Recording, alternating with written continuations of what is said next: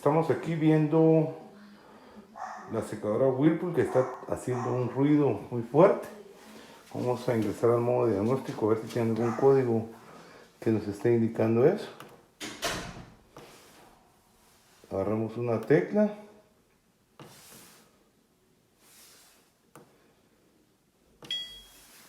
y presionamos 3 veces y ahí nos abre el ciclo. Si tiene un código que es el código F28. Tendríamos que ver el manual para ver si está teniendo algún F31 también. F31, F28. Esos dos códigos nos están marcando. Vamos ahorita a chequear qué son esos códigos de error.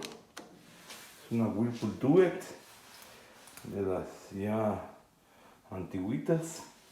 Este es su número de modelo. Vamos a ver. Por acá está. Sí, aquí, a ver si lo podemos ver. Bueno, vamos a tomar una foto mejor porque no mucho se aprecia aquí. Y el problema que está dando es que está haciendo un ruido muy fuerte. Aquí vamos a ver.